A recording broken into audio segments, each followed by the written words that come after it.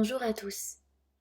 Lors de notre première pépite, nous avons abordé cette notion de dualité que nous pouvons ressentir lorsque nous sommes dans un état de lutte avec nous-mêmes.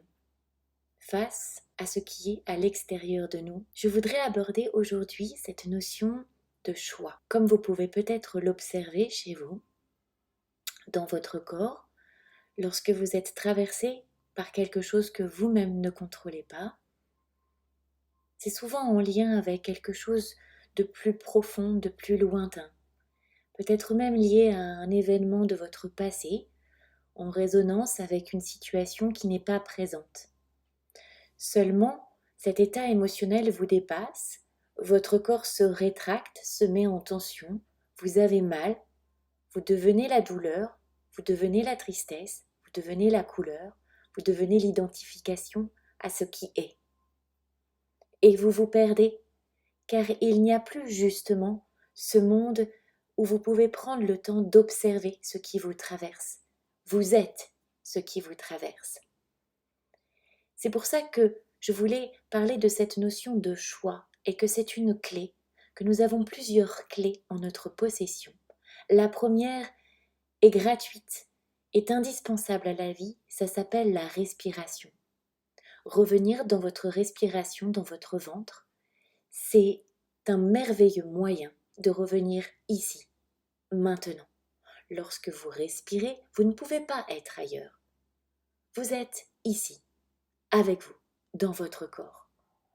Aucune pensée mentale ne peut exister lorsque nous portons notre attention à notre respiration. Quand je parle d'attention, je parle de vraiment prendre le temps de sentir et d'observer ce qui se passe à l'intérieur de vous, dans votre ventre. Quand vous inspirez, qu'est-ce qui bouge à l'intérieur de vous? Et quand vous expirez.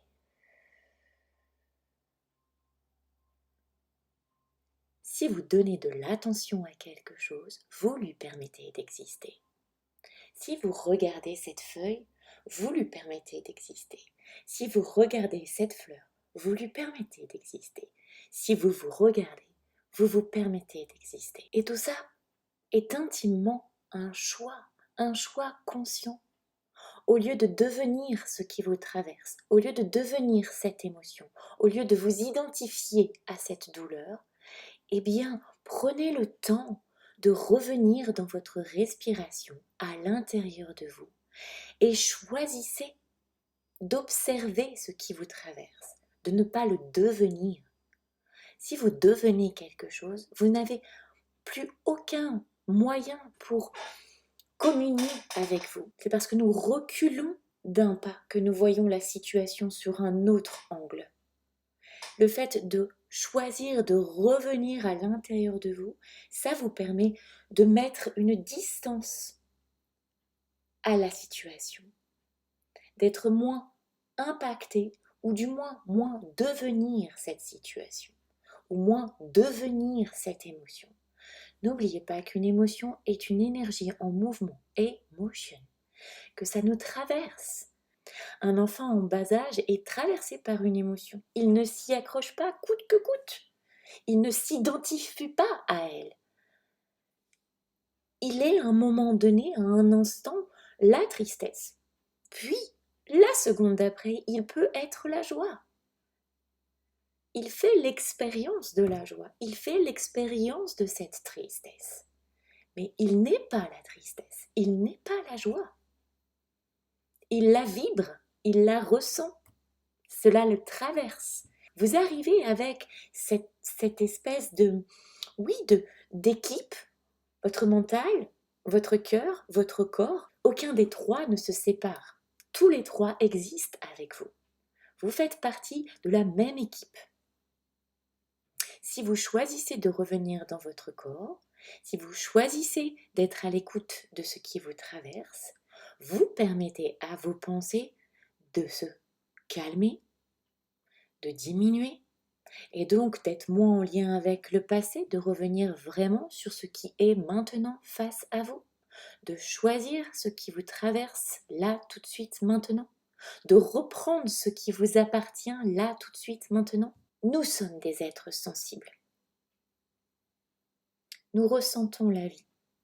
La vie vient à nous par des informations extérieures, puis elles se traduisent dans notre monde physique. Mais nous émettons aussi des informations. Et là, nous sommes le seul maître de cette information. Nous sommes la radio qui émanons notre information, notre message. La vie est d'abord intérieure et ensuite extérieure.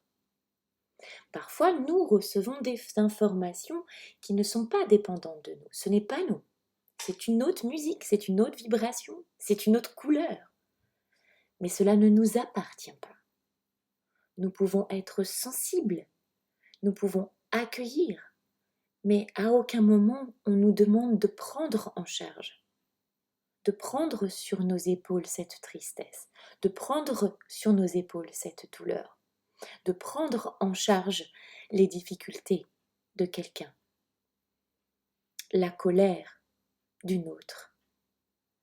Vous pouvez aussi faire le choix de laisser ce qui appartient à l'autre, de lui permettre de le voir. Si vous passez votre temps à écoper ce bateau troué qui fuit parce qu'il est troublé, parce qu'il est blessé, parce qu'il a mal, parce qu'il est profondément rempli de blessures et de souffrances, vous ne lui permettez pas de voir que son bateau est troué. Vous ne lui faites pas confiance dans sa capacité à lui-même trouver un moyen de mettre des pansements, de réparer ses trous. Reprenez ce qui vous appartient. Choisissez de le prendre, de le regarder avec bienveillance, avec tout votre amour, tout votre courage, car il vous en a fallu beaucoup pour arriver là où vous en êtes. Et aidez-vous. Si vous vous aidez vous-même, vous serez à même d'accompagner peut-être l'autre en lui proposant des exemples. Nous enseignons parce que nous avons connu des expériences. Nous transmettons par l'exemple. Vous avez beau imaginer ce que c'est peut-être d'être enceinte, je suis une femme, nous ne pouvons pas le savoir à la place de quelqu'un d'autre. C'est un monde intérieur. On peut lire des livres, on peut imaginer, on peut écouter plusieurs grossesses, mais on ne peut pas le ressentir tant que nous ne l'avons pas vécu. Il n'y a que vous qui puissiez vivre votre vie. Personne d'autre ne vivra votre vie. Personne d'autre ne saura ce qui est le mieux pour vous, le plus juste. Il n'y a pas de bien ou de mal, il y a quelque chose qui est juste et un autre qui est profondément injuste pour vous. Choisissez ce qui est le meilleur, choisissez ce qui est le plus juste et osez le dévoiler. Osez le dire. Vous avez le droit d'avoir peur de ce chien, mais dites-le. Pour ma sécurité, pour mon mieux-être, je vais marcher à une certaine distance de vous parce qu'il y a un chien à côté et que je suis totalement troublée par ce chien et que j'ai besoin de me mettre à une certaine distance aujourd'hui. Peut-être que certaines personnes ne vont pas vous comprendre. Peu importe, vous comprenez.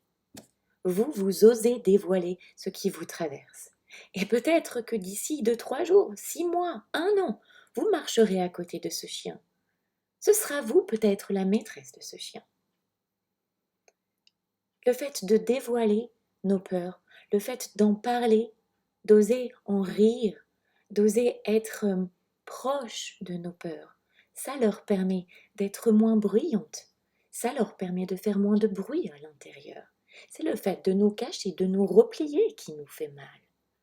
Cette position de repli ensuite nous entraîne dans une forme d'attente où nous cherchons que quelqu'un vienne nous chercher, quelqu'un vienne nous aider, quelqu'un vienne nous guérir. Nous perdons à ce moment-là notre pouvoir de nous choisir. Choisissez-vous.